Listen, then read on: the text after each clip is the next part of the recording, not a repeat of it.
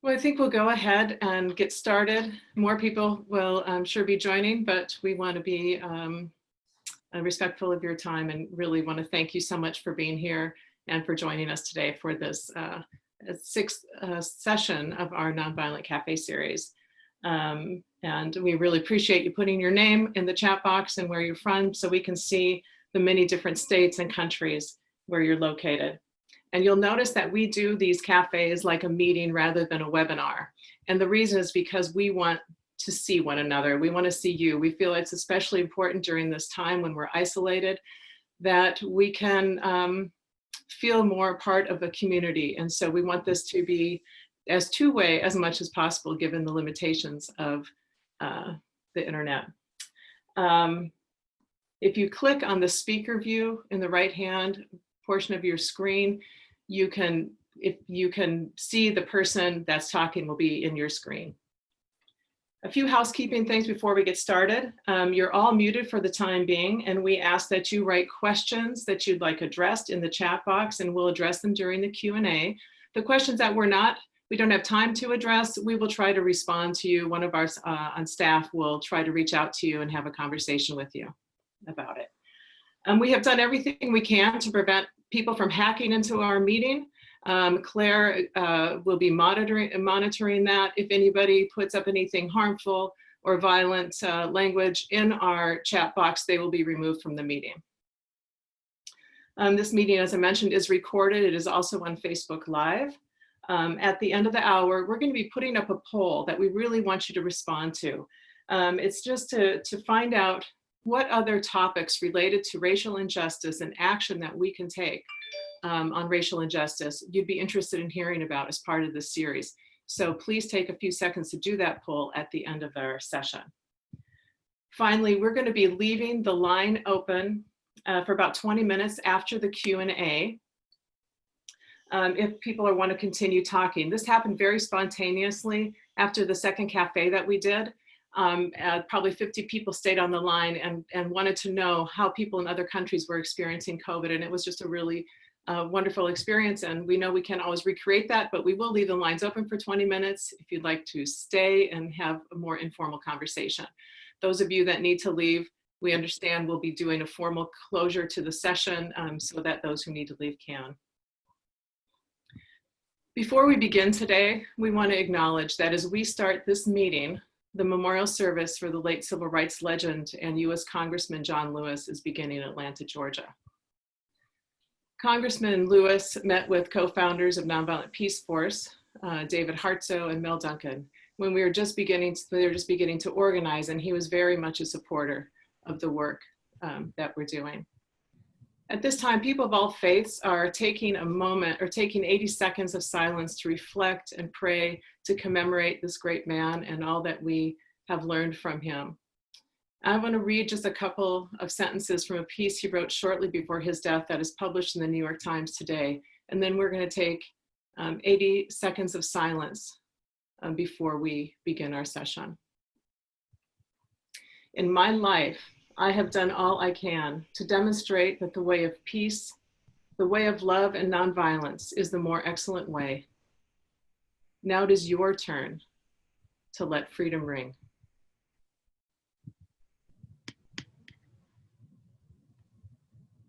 So we'd like to start 80 seconds of silence.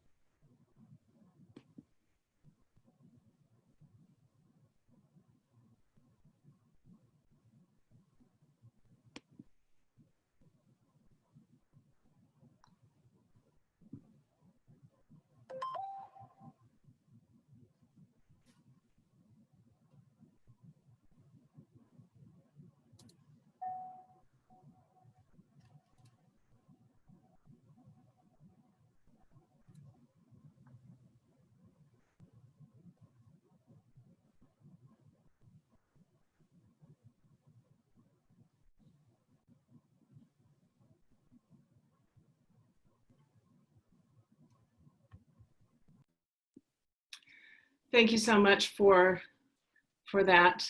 And I would like to now introduce our speakers and turn it over to Tiffany Eastholm. We have two presenters today, and before I introduce them, I just want to say that they may not have shared all of their experiences. What we're talking about, racism in the humanitarian sector, is not an easy topic. It's never easy to talk about issues of racism and personal experiences.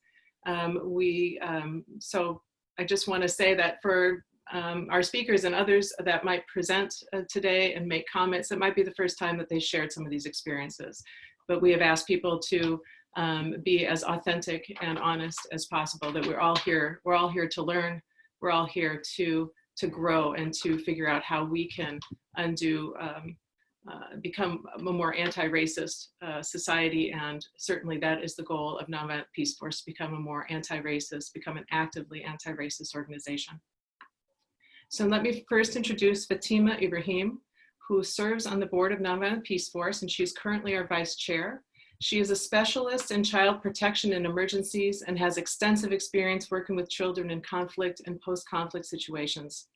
Her background is in education, social work, and psychology. She has led disarmament, demobilization, and reintegration programs for children in Liberia, South Sudan, and Uganda, while working for Save the Children Sweden and UNICEF.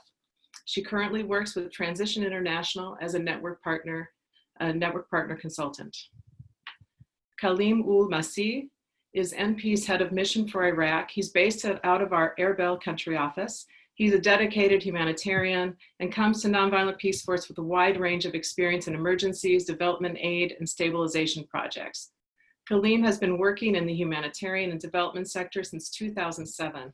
His aspiration to find sustainable solutions for people affected by conflict has led him to work across Middle East, South Asia, and Africa, and the UN, governmental and non-governmental organizations.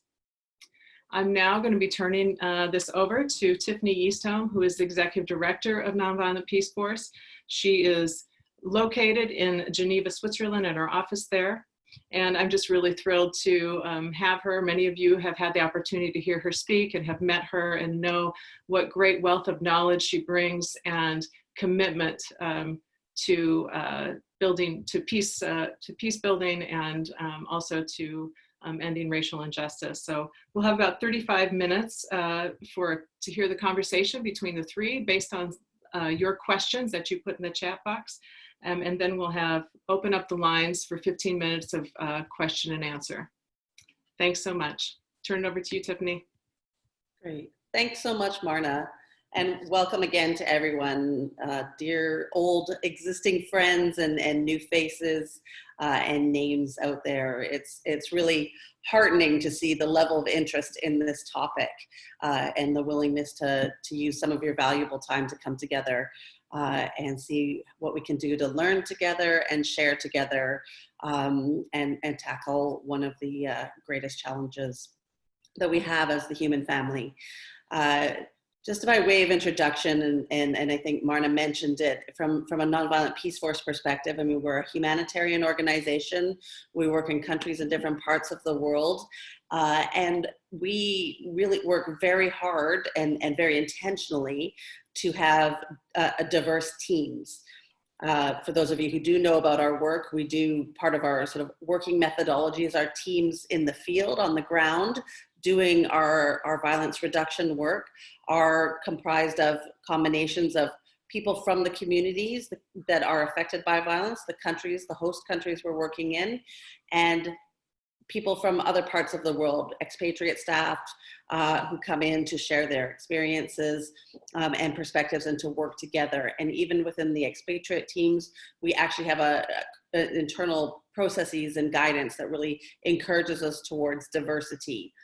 But we cannot rest on that just because we have a diverse group of people, and it's very easy to be quite proud of ourselves and pull together a list and say we have 35, 40 countries represented, all different ethnicities and backgrounds and religions and so on. But to do that is one thing. That's just technical and administrative.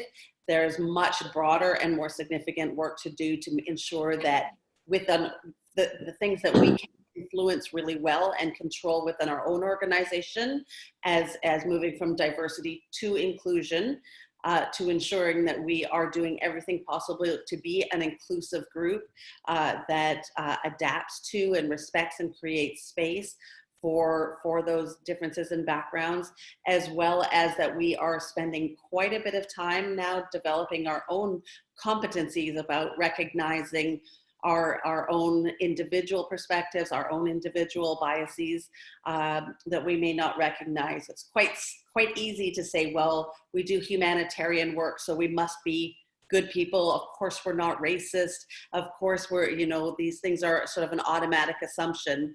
But racism exists everywhere, in all sectors, in all communities. There's some version of this that happens everywhere. And it's very important that we're having honest conversations with ourselves and with each other, and not hiding behind a glossy brochure or a sales pitch to say that we are above and beyond that.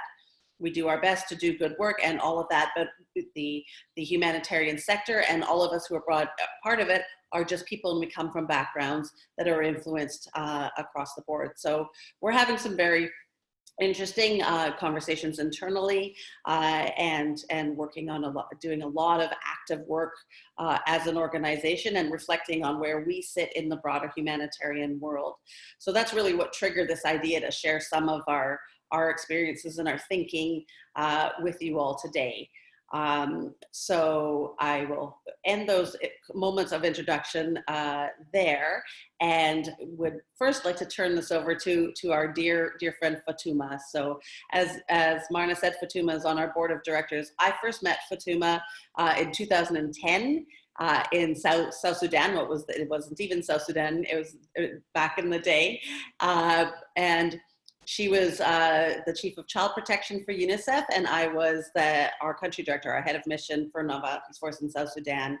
Fatuma has been a mentor to me, someone I've learned an immense amount, both about humanitarian work, certainly about child protection, and also about inclusivity and how to really be more thoughtful and considerate and aware in the way that I engage as a leader and a manager. So I'm thrilled that she's agreed to do this today and share her own experiences and some of the work that she's doing now.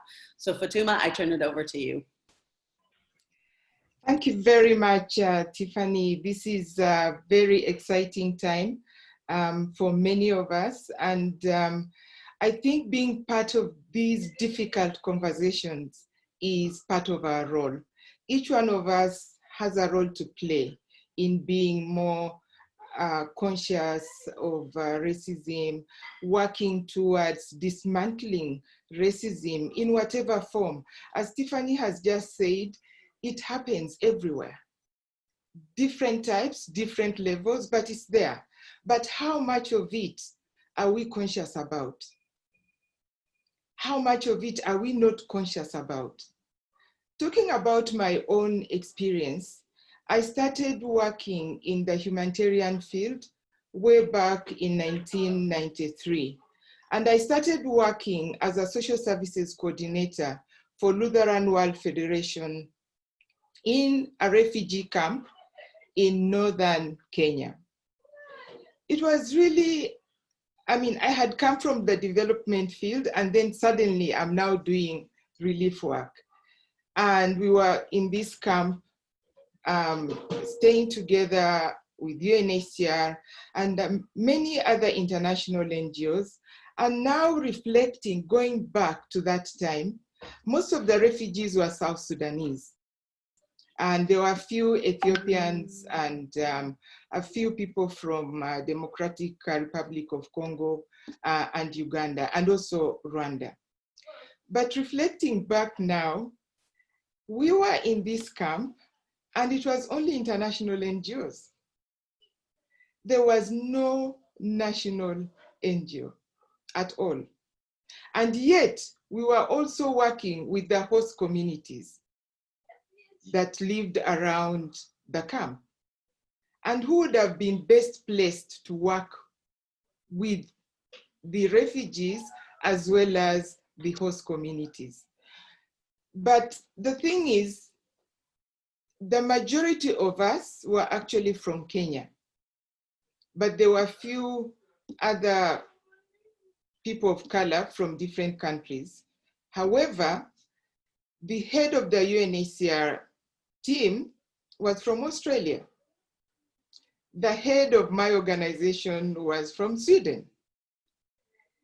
And the head of IRC was from US. So there was actually no person of color who was heading any of the organizations. So we started working.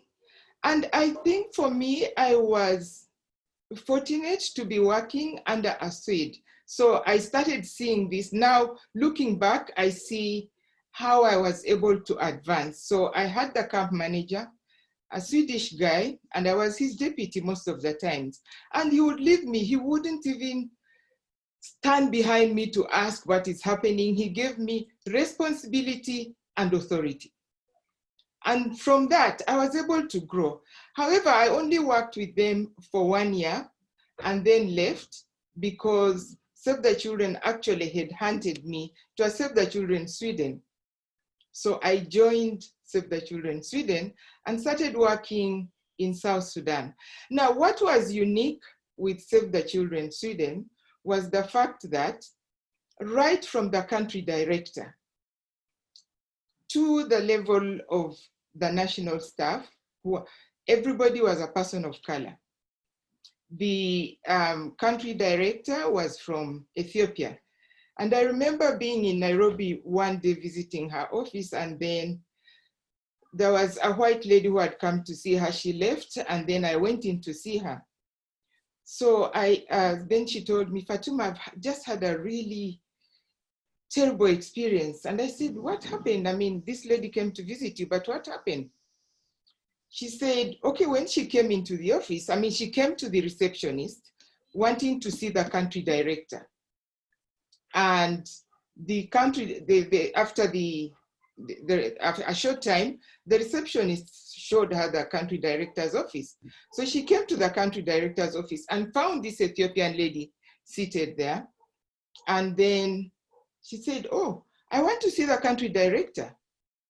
And so the country director said, you are talking to her, she's this one.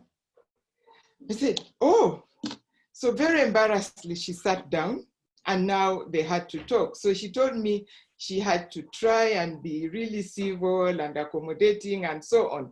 But she felt really hurt that this lady did not expect to see a person of color sitting there. So anyway, she had the conversation, and then now going back and looking at all these and looking at humanitarian aid and looking really at the foundation of humanitarian aid and looking at the fact that it really came from the colonial past in many cases, but then having like Save the Children Sweden being led by people of color at the country level, and going to South Sudan, we were all people of color. And I was given a lot of opportunity to travel, to train, to go and train people everywhere in different parts of the world. Then I started asking myself, when actually Tiffany told me about this, then I said, but hang on, what is it that helped me to move until also when I joined UNICEF, I happened to join UNICEF at a very high level.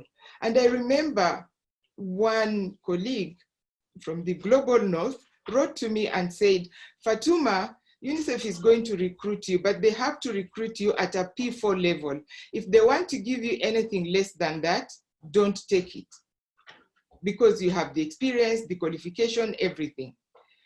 And then I reflect and say I was able to do or move through my professional life to where I reached, mainly because I worked under organizations that did not have, or came from countries that did not have a colonial past. So as far as they are concerned, we were all equal. I remember the desk officer coming from Sweden to visit us in South Sudan. And when we were talking, he said, Fatuma, do you actually know that you earn more money than I do? I said, I didn't know, but I think it's fine. I am the one who is working in South Sudan. But looking at that, yeah, it looked so good. And I think it feels so good. And I feel that in many ways, I got the opportunities to get where I was and up to now where I am. I don't really think I experienced covert racism, but I did, and I still continue to experience covert racism. And it comes in many forms. I remember being in meetings where the majority, and many times I would find myself alone, a person of color, a woman, a Muslim, in the middle of some meeting where everybody else was a different color. And sometimes I would make a contribution and then don't get recognized for it.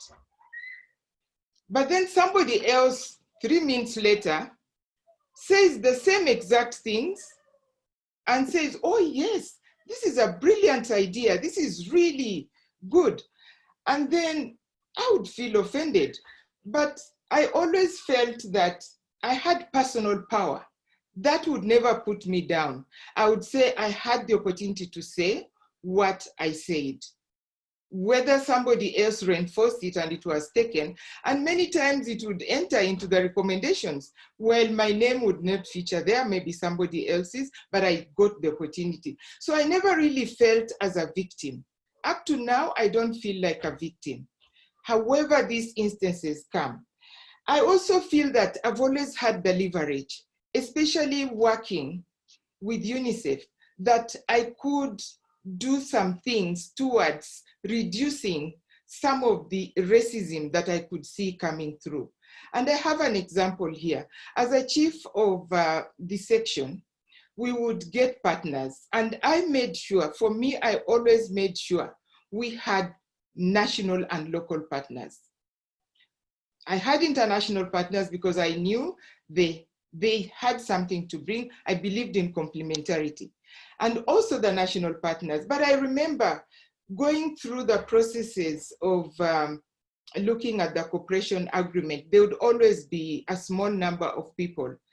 And then I would come with the documents for my local partners.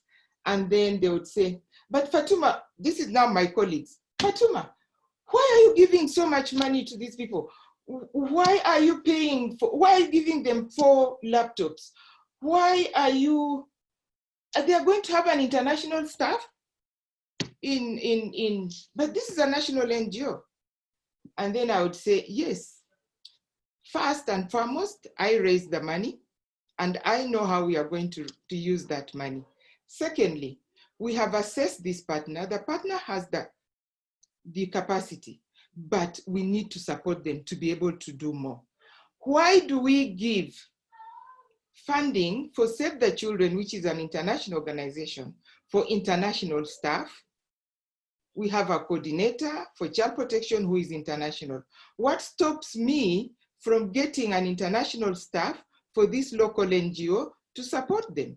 Why are we having double standards? So I started seeing that a lot of these things also are around mindsets.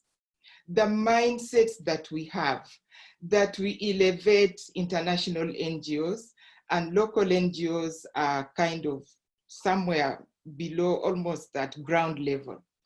Why those double standards? And I would fight, because I had the courage. I would fight and get those things done. And I remember they would say, oh no, we would have to get the representative to sign off. I said, well, if you're going to do that, to ask the representative to sign off for this local partner, then you have to ask her to sign off for Save the Children as well. Why do you have this? And then they would kind of say, okay, yeah, there's logic behind that.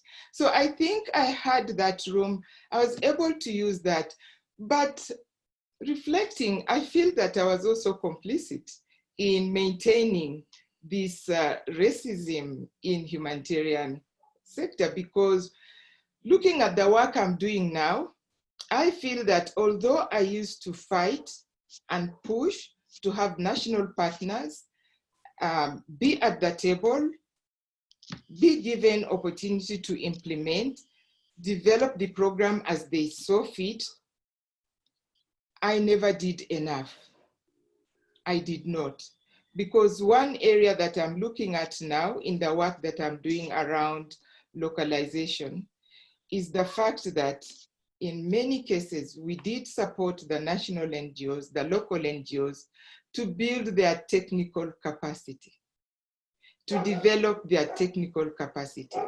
We did not invest enough in institutional capacity. And institutional capacity is the one that strengthens, that gives the NGO the power, the clout to be able to implement and provide quality services. We would not give funding for strengthening financial administration, human resource. So many times these poor local partners, if they got money from us, they would say, okay, so how much is UNICEF going to give us? 50,000. All right, yeah, maybe we need 3 more staff. There was no plan for staffing. And when we helped them to do more, then UNHCR would now decide they also want to work with them. And then maybe UNDP. And they quickly became overwhelmed and their systems could not manage because they did not have strong control measures. So then it comes back to reporting. What kind of reports are they making? And then you start, it becomes really difficult to, but not knowing that we have not built a foundation. So it comes back to the issues of the humanitarian sector. If you look at the kind of work we do, I don't want to say it's cosmetic, but in many ways, it does not really deal with the issues, the root causes. We are always doing bits. And if you look even at the language we use, we talk about beneficiary, somebody who is going to receive. A beneficiary, like they don't have a voice. They will get what you give them. I've always discussed with my colleague that why do we talk about needs assessment? All the time we are doing needs assessment. Why don't we start with assessing capacities that exist in these communities that we are now working with? Why don't we look at the resources they have, the assets? I used to talk with my colleagues and I would say, well, these people have always been in this situation. It's many years, 20 years they've been at war, but they have not all died. So they are resilient. There is something that we can learn from them, that we can now help to develop and build on.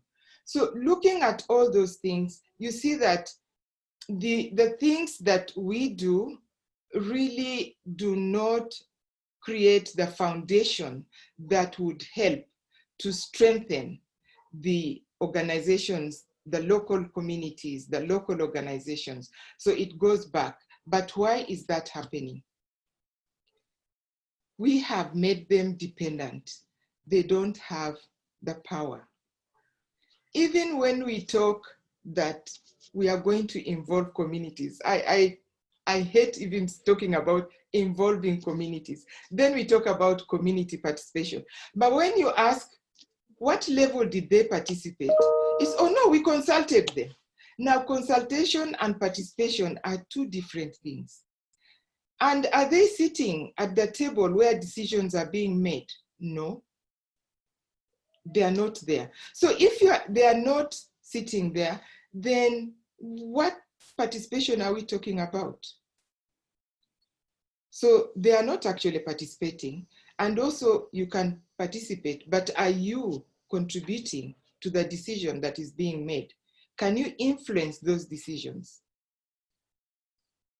So it's a lot of things that I reflect and I feel that, yes, I have been there, I've done this, I feel happy that I was able to contribute, but at the same time, I feel that there's so much more that still needs to be done at different levels. At macro level, it's about power. It's deconstructing that power. It's power and money, because local actors, communities that are in conflict situations depend on the funding that comes from the global north. And how is that funding coming? In many cases, it also comes from the governments. It's the foreign ministry. Look at DFID. Where's the money coming from? So the decisions are still based very much on that level, colonial, and even the relationship. If you look at the humanitarian world and you look at the international NGOs that say work in Kenya, the majority are British supported. If you go to Congo, it would be mainly Belgian, French, and so on. So you can see the colonial elements still there. But then the questions to ask ourselves is that what can we do? What can we do at the macro level? What activities, actions can we do, can we undertake at the micro level? I've actually talked a lot about the micro level, and there's still so much that we can contribute. I would like to stop here for now, and so that my colleague can also talk. Thank you. Thanks so much, Fatuma, for sharing from your rich experience and what your personal experience has been and the work that you're doing now. And now it's my great pleasure and honor to be able to turn the floor over to our dear colleague, Kalim. As Marna shared at the intro, Kalim is our head of mission in Iraq, and he has very notably, as you will hear from his personal experience, and what I would say is my observation is he sort of transforms this sort of challenging experiences into really being a very kind and inclusive leader. And our team in Iraq is really lucky to have him, and we're really lucky to be able to hear from his experiences today. So Kalim, I look forward to your sharing now. Go ahead. Thanks a lot, Tiffany, and thanks, Marna, and thanks, Fatuma, for sharing such a fascinating experience with all of us. And hello to the representatives of the world. I'm very glad to be able to be here and share my thoughts with you in this forum.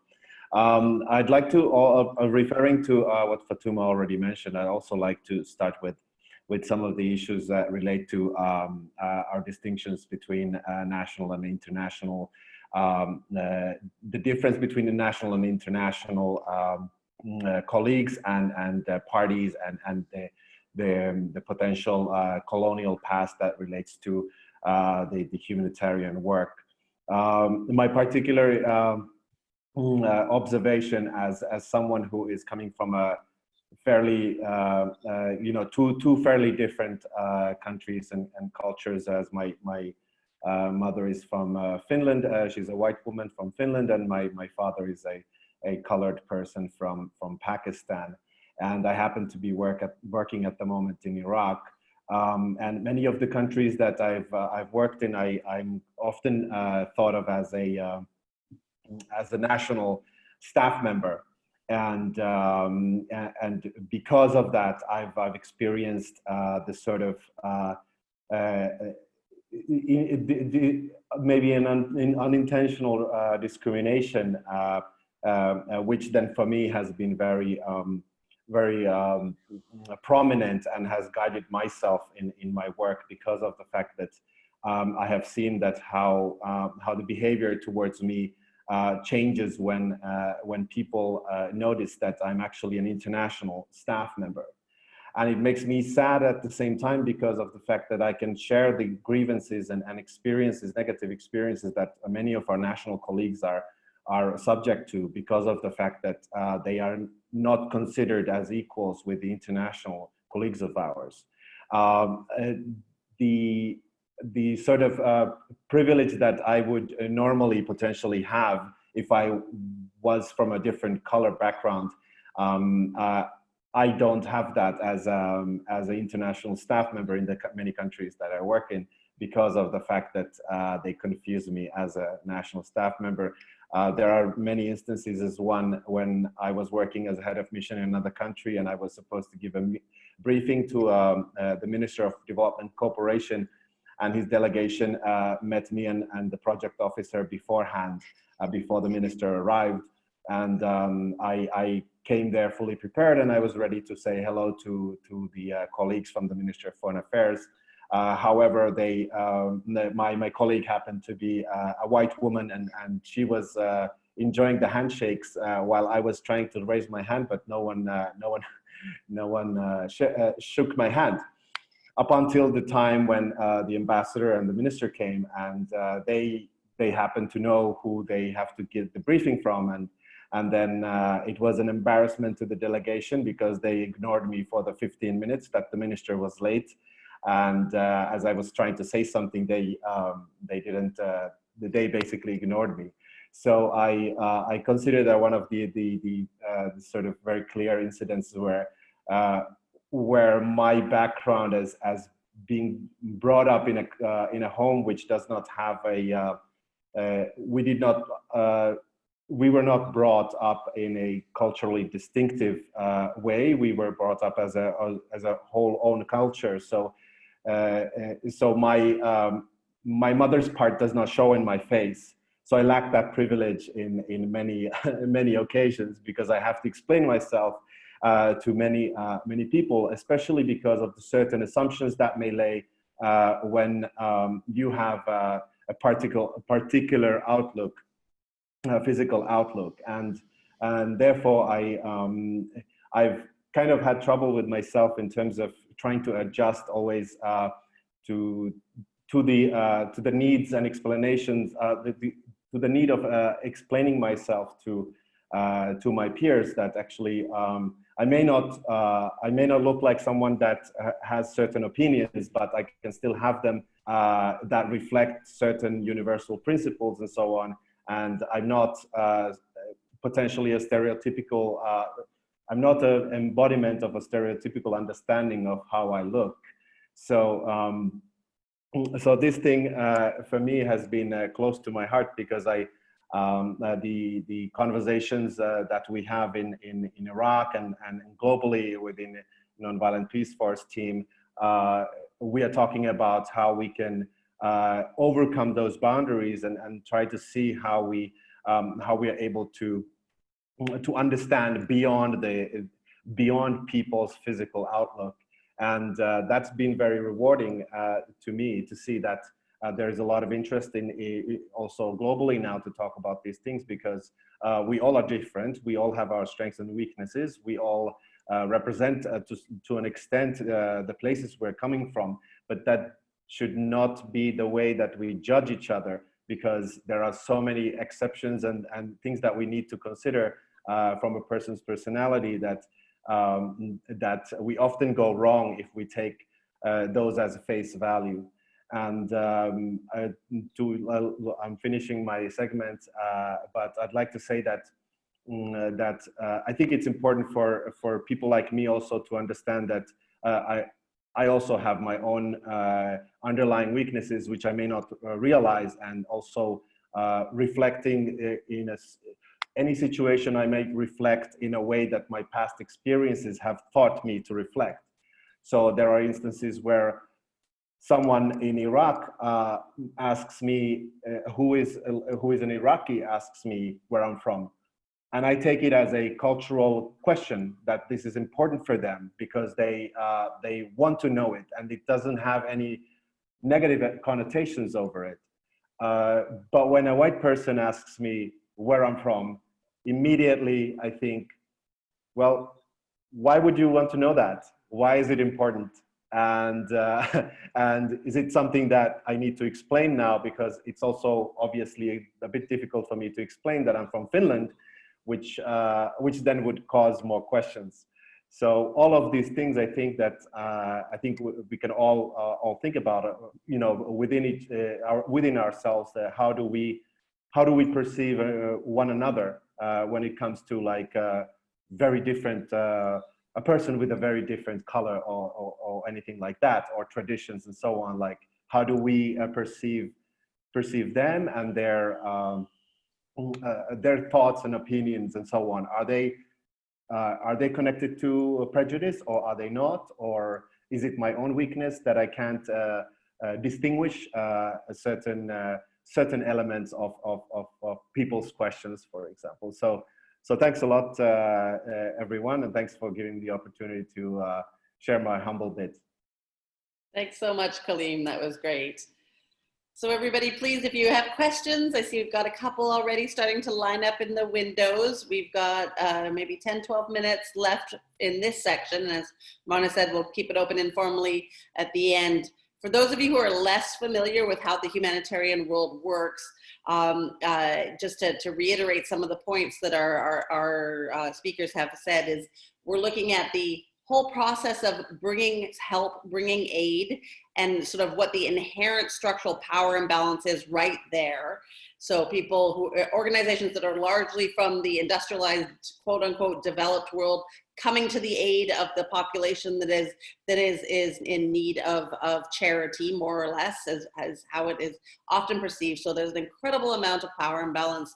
And assumptions that, you know, those flying in to provide the help know what's best. So it starts right from there. And then the way that we engage with each other and the way that we're structured even within and across our organizations to try and structure in a way that actually starts to dismantle that colonial legacy and to really live an anti-racist identity is not a natural place where humanitarian organizations are just naturally organized from where they come from, but is certainly the direction where people are trying to move towards.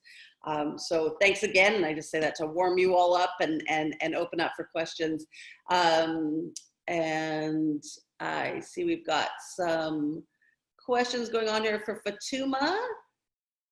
We are looking at one of the questions here is sort of, I think you were talking about supporting local organizations to build up their capacity. So groups whose lack of experience to add to choices, maybe in choosing or making decisions, so they can make more successful choices. So what we would very terribly worded, but very commonly use as capacity building. We prefer to say capacity recognition or capacity enhancing or empowerment. So how do we work with local groups and local stakeholders who may not have had the opportunity to build themselves up in a way that they can sort of take leadership in terms of project development and implementing programming? That's some of the work you're doing with localization right now. Okay. Yeah, thank you very much for that question. I think that is perhaps one of the things we can do at the micro level. I think to begin with, we need to look at where and how these organizations are operating. Where are the places and structures where decisions are being made? Are they participating in those fora? And what language is being used? Because language is another big problem. Like if you sit in the coordination meetings of humanitarian action, it's mostly English or French or maybe Spanish. And in some countries, yeah, it could be Arabic, but the coordinator would not be speaking that language, so would most probably be speaking English. So looking at all those things, so I think the starting point is really to have a quick assessment and understand what are the dynamics. And then start now looking. What I'm doing now is we look at 5 areas. 1, we look at the structures that are making decisions. So if these national partners are not there, we start supporting them to be able to join those groups because there are different levels. How can they be part of that process so that they can now start discussing the questions, the strategic issues, and then be part of that decision making? It has to be intentional. It has to be a conscious effort.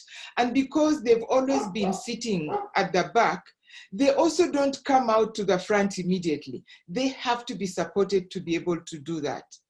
And maybe it's going to be at different levels. National NGOs usually may have higher capacity to do that. So maybe you start by supporting those ones, but not leaving the local, the real community-based ones behind. They can be part of the process. They can be sitting at that table. And if the language that is being used is not the language, is not the local language, then you have to make sure that there is interpretation. We are asking now that donors should actually fund that, because that is the basic, is the barest minimum. How are they going to be at that table and be part of the discussion if they don't even understand or they don't speak the language? So they'll be sitting at the corner. So decision making, make conscious efforts to get them to be there. Then what influence do they have then when they're at that table? Can they really speak and say, oh no, you are going to do this needs assessment, but we don't think that's what is needed. We already know that these are the needs. Are you going to listen to them and take that in, or you are going to second guess them? And then how are you allowing them to participate? Because in many cases, I've seen that. I used to have my colleagues, the national colleagues, if I send them to the coordination meetings, some of them would come back almost crying. And you ask what happened, say, no, but they didn't even allow me to speak. I started speaking and it's like I was speaking so slowly. So they didn't allow me. And the next time I would be at that meeting, and even before that, I would be asking the colleagues, what happened at the meeting? So, you know, they are not given the space. So you also need to talk with the international partners that, well, we need to listen to these people, give them time. So you have to play that while encouraging the partners to grow that self-confidence, to be able to talk, but also making these other people to give them the time and the space to talk. And then looking at the partnerships. Your local partners, what kind of partnership do international organizations have with local partners? If you look deeply, in many cases, except in the last few years, it is the local partner is subcontracted. So this local partner is not even there when the project is being developed. It's developed and then they look around and say, and many times it's because there's some risk there, they don't want to go. They say, okay, which local NGO is working there? Do you know them quite well? Let's do a quick assessment. So they get that local NGO, and that local NGO becomes a subcontractor in this project, and then they are not given overheads. So it's a small package, you take it or leave it, and then you go and work. So the partnership is not equal at all. So those are some of the things we need to look at. If it's going to be a partnership, why not discuss the project together? Why not look at the capacities the local partner has, what they can bring to the table, and what you, the international NGO, can bring, or the UN agency can bring? That is beginning to happen now, but it's few, it's rare. But this is now, if we have to have partnership, it has to be on principal partnership, it has to be sense of equality, and the donors. Let me give you an example. Maybe I should give it in the next one, in the funding. So there's that partnership. Then it comes to funding. What kind of funding are you giving to the local partner? The $10,000? And you got maybe 1.2 million from a UN agency? What is the 10,000 going to do? So it's basically for that response. So it means we are not really developing these partners for the sake of them becoming strong, resilient, and sustainable. We are doing it because we want to respond to that humanitarian crisis. That's it. And once it's done, then that's the end of it. So they need the funding that is flexible, is also an earmarked so that they can now grow. You remember I talked about institutional capacity. We hardly ever do that. So we need to invest in their institutional capacity so that they can be able to manage better, become stronger. And in fact, when they become stronger, they are able to implement the projects better. So there is quality service. So actually, the communities will now get the kind of services they need. So if you give them the funding that allows the institutional capacity to be built, then you bring them up not just because for that response. So you need to look at these different areas in order to make sure that you can now bring. It is a process, but I just want to emphasize that it has to be intentional. You have to plan for it. You have to think through it. And you, the international NGOs, is not doing this in a vacuum. You will be discussing with the partners, with the local, because if you do not, then what participation is that? They are not participating, you are still thinking for them. Great, thanks Fatuma. Looks like we have time for one more question for the formal section. So Kalim, I'll turn it over to you. What would you say from HUIFAM over at CVT had some great questions about concretely, what are the priorities for decolonizing aid or decolonizing the humanitarian sector, say over the next couple of years? So I think as we are already well on the way of understanding the inequalities, and the discussion has been going on now after, for some time on a global level, after many incidents that have been happening, and more so as the biggest donor country, one of the biggest donor countries, the US, has had the unfortunate event of the murder of George Floyd. This has opened up much of the Western world for discussion, towards what we can do in terms of making the world a better place, so to say. I would say that we need to understand firstly the underlying power structures of what has led to the colonialization, and post-colonial development, where it relates to humanitarian work, and also to understand what do the multinational corporations do in different countries, and how much power finance of these multinational companies have over countries that are struggling to keep up with the rest of the world. I think that's the first thing to understand, the power structures that exist in our world. The second thing is that we as humanitarians, I think we on a higher level, policy level, need to be more strong in our advocacy work in terms of bringing forward the populations of these countries, any country, to understand that what they are contributing through their tax money is going not necessarily to the good work always. We are also partly to blame of arms trades that are ongoing, and things like this. We need to engage the people of these countries, everyone, to understand it through our education systems and so on, so to have a sustainable long-term change. Then the third, I think we need to also to have a comprehensive dialogue with the countries that we do humanitarian work in. We need to understand how to develop the capacity of people, and how to kind of on a grassroots level help the capacity development efforts of population there, because we are looking at in various countries, we're looking at very different levels of opportunities.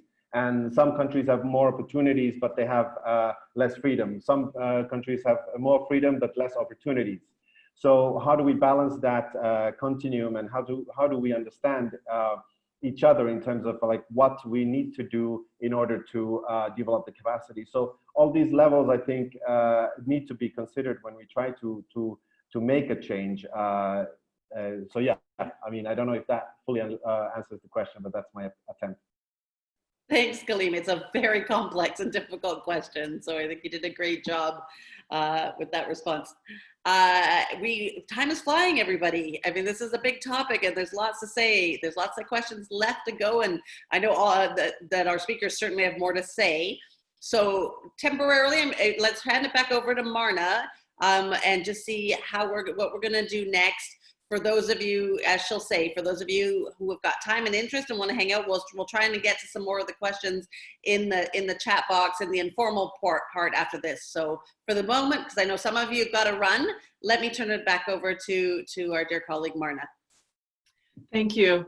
I want to ask at this time for Claire to put up the poll. and for you to respond to it, to look at. We've identified three areas that we want to see what resonates the most with all of you. And so we're going to ask you to just give us that feedback. And then I think we're going to conclude we're supposed to be run for an hour. If you want to stay, we would love to continue the conversation. Let our speakers respond to more of the questions. It will still be recorded. So if you feel like you have to go, you can go back and hear it. So again, thank you so much for being here. Thank you so much. And if you need to leave, thanks for being here. Sure, thanks.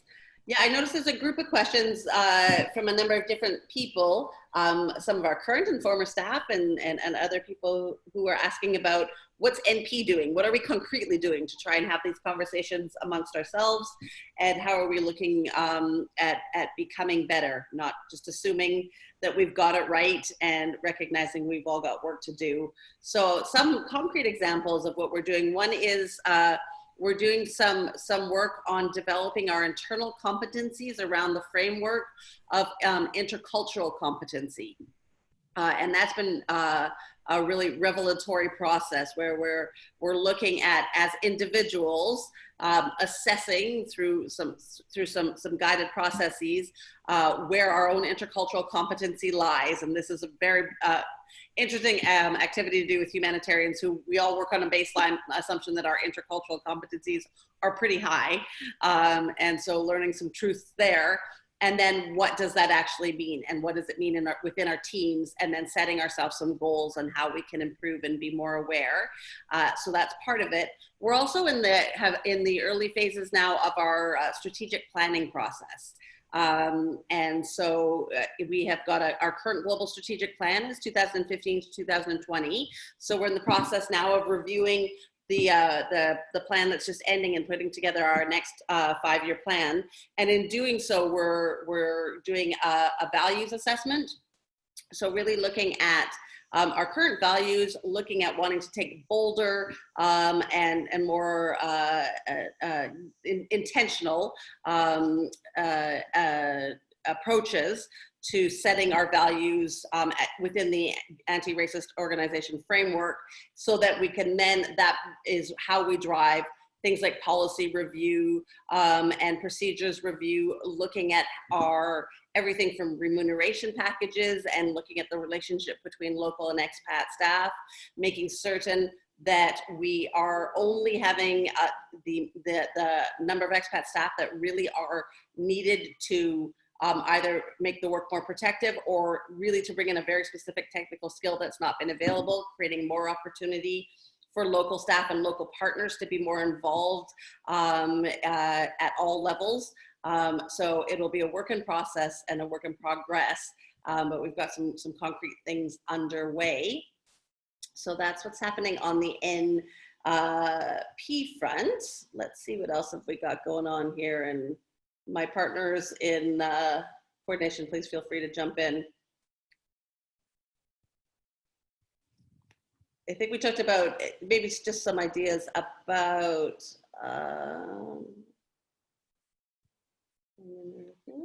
you know, I just want to jump in. I think we did realize how to do the poll. Can we just do that quickly? Great. We're all learning Zoom as well. Okay, I'm gonna set it up.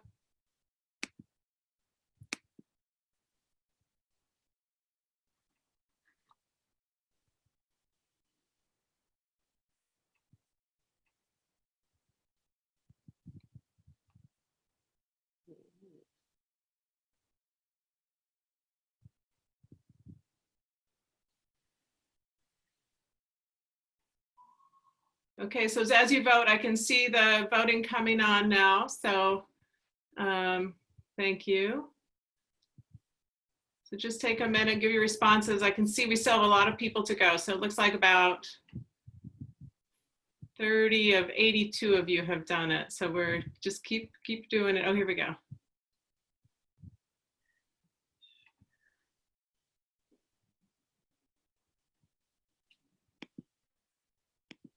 Okay.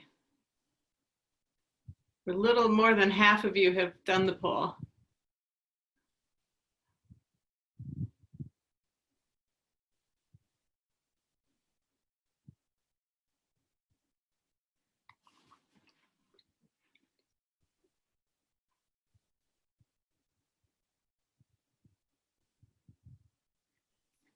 Okay.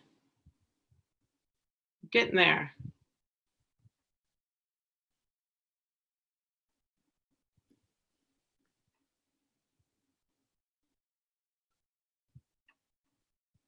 Okay, I'm gonna close the poll out now. There we go. I can, I guess I can share the results. We've never done this before. I'm gonna share the results.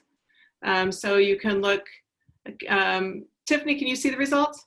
I can. Okay, so it looks like we wanted to, 3 of the topics that we wanted to kind of address is looking at how we could provide nonviolence or how we could use nonviolence to provide safety in our own communities. That came up particularly in the Twin Cities after the murder of George Floyd, and there was an uprising and a lot of fear in the communities, particularly not wanting to call the police. So it looks like that is the topic that people are most interested in, looking at community protection at 69%. And then the second is how to safely or how to intervene in cases of police brutality. And that's also, of course, stemming from the George Floyd murder. And then 51% at being in putting ourselves in a protective stance from potential violence from law enforcement, local, federal, state law enforcement. And it looks like on the topic that feels most urgent, again, is community safety at 50% and 25% at the others. So thank you so much for doing that. Sorry for the clunkiness, but we're learning. Great. Good. So, well, another question that's come up here is how does colonial thinking show up in humanitarian aid? This is a great question, and I think it shows up far more frequently and in far more ways than than we wish was true. Fatuma, you touched on this a little bit. Do you want to talk about that a bit more? Oh, we need to unmute Fatuma if we can. You have to allow me to unmute. Speaking of who's holding the power. Exactly. Controlling your voice. I think the most visible way is who is leading if it's an international organization, who is leading is going to be, in most cases, a white male from the global north, in many cases. And then you'd find that all the senior staff would definitely be from global north, or there would be some from the global south. Now, depending on the country, you'd find, as I mentioned earlier, that it would be, for Kenya, it would be the British. So we have all these British people coming. Then one thing that we always used to see is that, so if the money is coming from Britain, many, even, I remember this so vividly, the vehicles that the NGOs would have will all be Land Rovers. So what are you doing? You are promoting the motor industry in England because you have to buy those vehicles, just that. And then you'd find even the t-shirts, whatever, would be made in England. So isn't that really colonialism? So there are many, many ways. Some of it is so clear. Some of it is really not so apparent. The issue of language is another one. So for those countries that were colonized by Britain, it will be English, and then the so-called Francophone countries like in Africa, West Africa, the majority of them will be speaking French. So that's the legacy that we got. So those are some of the ways that you see the colonialism showing in, coming in. And then, of course, these days you'll find that the donor countries have they are more so than ever before. The representation are all from Britain who are working in DFID. So you just see the linkage. And in fact, even if as you are following these things, recently Boris Johnson decided to put DFID under now the foreign ministry again, after they had kind of delinked that. So it comes back to the government. It's the same government that had colonized most of these other countries, and they're the same countries they're giving aid to. And in many cases, you have the humanitarian arm of that government, but also you have the development aid, which is also coming from that. They may be sitting in the different offices, but it's the same building. So it's the same country, it's the same building. So it's very closely linked in many ways. Thanks, Fatuma. And just another thing, if you think about how the whole aid system is structured, it really is a mirror of the global power imbalance, the global power, the donor countries, what we call the Humanitarian Architecture, which includes the United Nations, a body called the Interagency Standing Committee, which is sort of the major humanitarian coordinating powerhouse. And all of that is led by Westerners, essentially, global North representatives largely, and then it cascades from there. So we see it just reflecting upon reflecting upon reflecting. For some of you who may not know another way that this type of problem manifests itself on a day-to-day basis is in safety and security policies and procedures with organizations who are working in areas where there might be a risk of conflict or an outbreak of fighting, and there might be a need to evacuate people out of the way.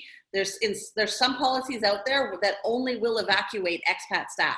There's not an option to evacuate local staff for some organizations, or there's not consideration put in for safety and risk mitigation planning for local staff. So that's an example, very concretely, how people are treated very differently. And while we talk about valuing and being one family and working together for one goal, that doesn't feel very much like we're all valued in the same way. Expat staff are ferried about in, armored vehicles, and local staff take the bus to get to move to the same place. Certainly there's political targeting, and there's some cases where there's high value targets, and it's not as reductive as all of that. But these are things that we have to ask ourselves when we see that kind of a thing, a policy or a practice in place, that we really need to ask ourselves why it's there. Is it absolutely necessary? What is the reason? And make the corrective changes as we need to. Maybe just before we go into some more questions, I think we were going to just encourage Fatuma.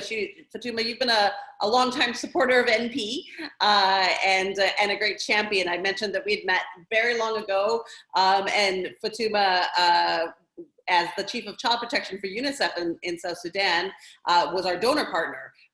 We'd applied for some money from them, and so she was our main counterpart, and she was the decision maker and our counterpart on that. And she also took quite an interest in sort of NP as an organization. She was a great donor and worked really close with us, and we got to know her very well. So she's had a chance to sort of see us along the way. And I think we were just going to ask her to say a few words about that. Okay.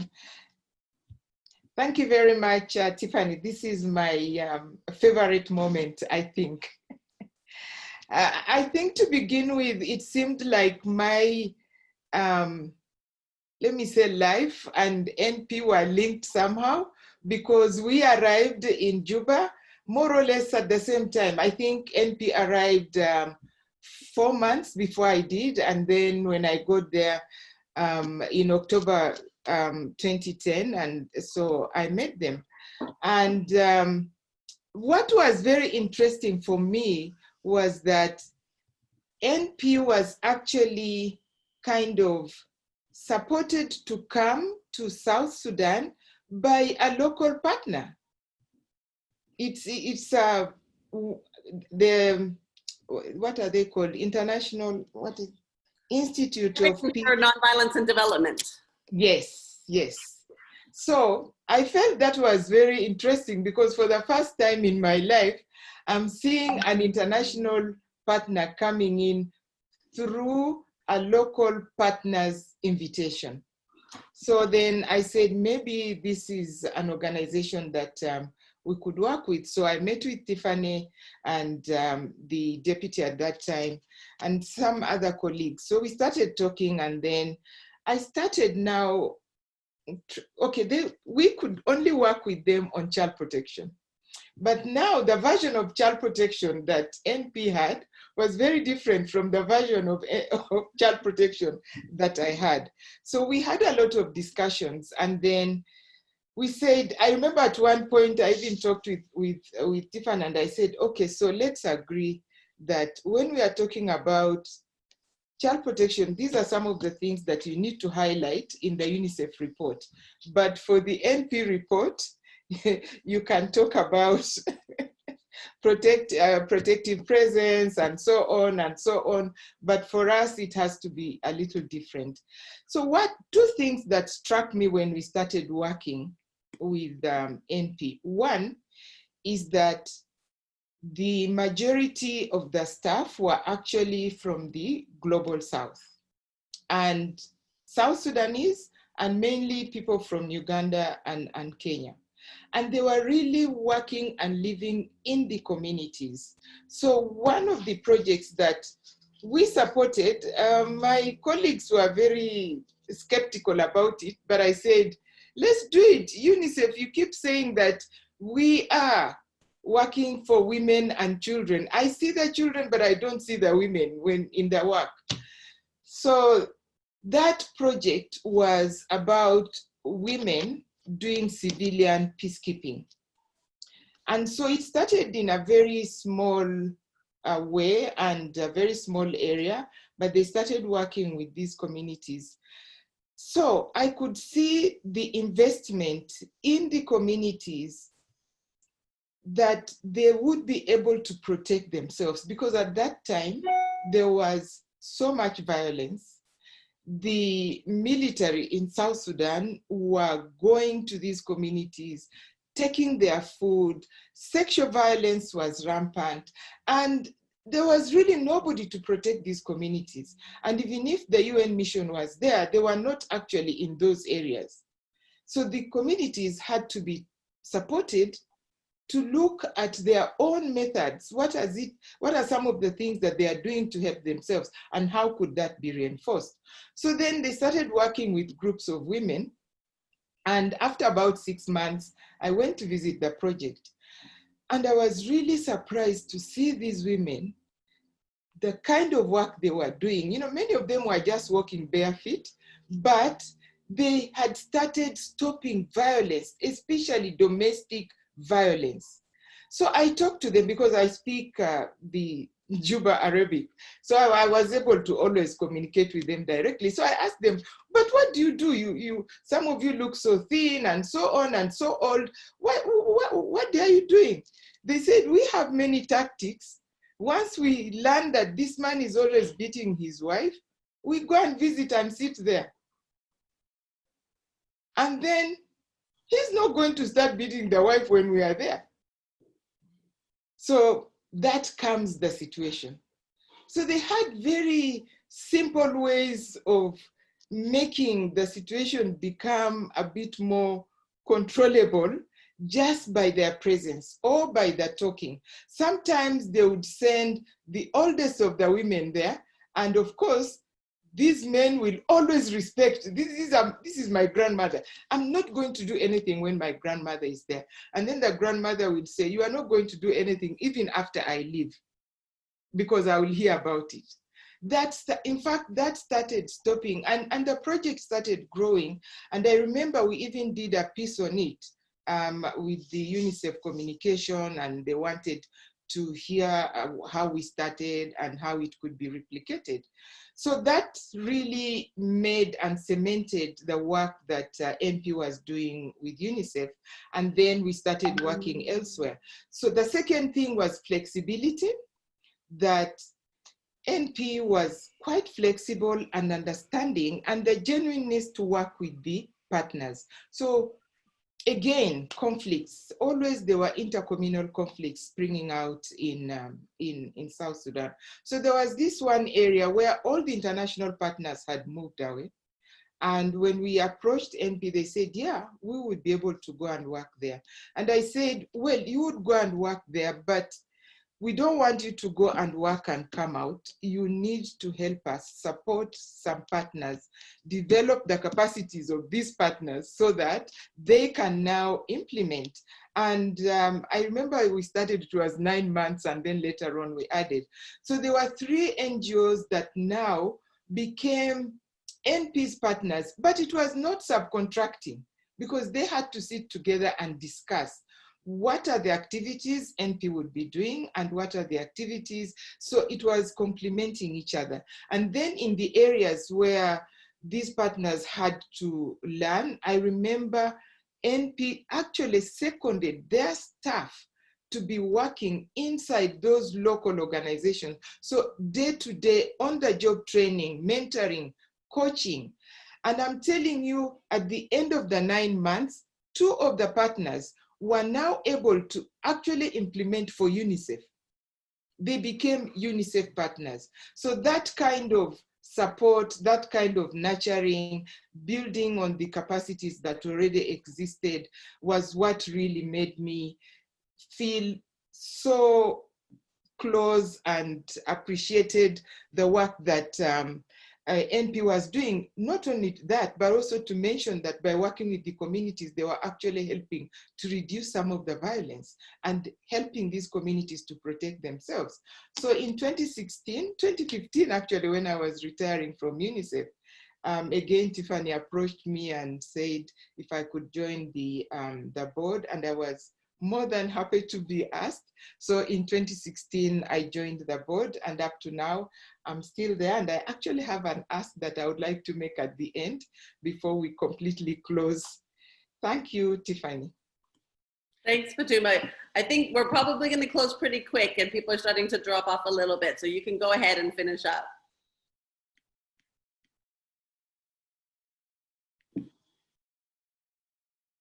If we can let her speak again. Yes. So as a board member of NP, I want to let all of you know that we are very, very grateful, and particularly myself, in this particular time, this evening. So grateful for those of you who are financially supporting the work of NP. And I would like to request that if you haven't made a contribution yet this year, or you have already made a contribution but you would like to make an additional donation, please go to the NP website. Gifts of any size is accepted, and we are very, very appreciative. Thank you. Thanks so much, Fatuma. And thanks to all of you. I'm impressed to see how many people are still on the call. But we're going to have to wrap it up. I am afraid. We've got some outstanding questions. As Marna said at the top, we'll reach out, find ways to share reflections, and feed into those ongoing conversations. As you know, this is a series of events. We do these online cafes periodically, and we want to keep these conversations going. And again, as I said, very big topic, very complex. We've got some great comments there about remembering that we need to decolonize the conversation around decolonization, because we talk about it really from a global north perspective and really oriented there. So even in that, we have so much work and reflection to do. And so all of us working together and taking that time to reflect on our own behaviors and our own interactions, starting in our families and our communities, and then how we can work out and be together. So thanks again. This has been great. As always, it's a joy to see the interest and the commitment of coming together.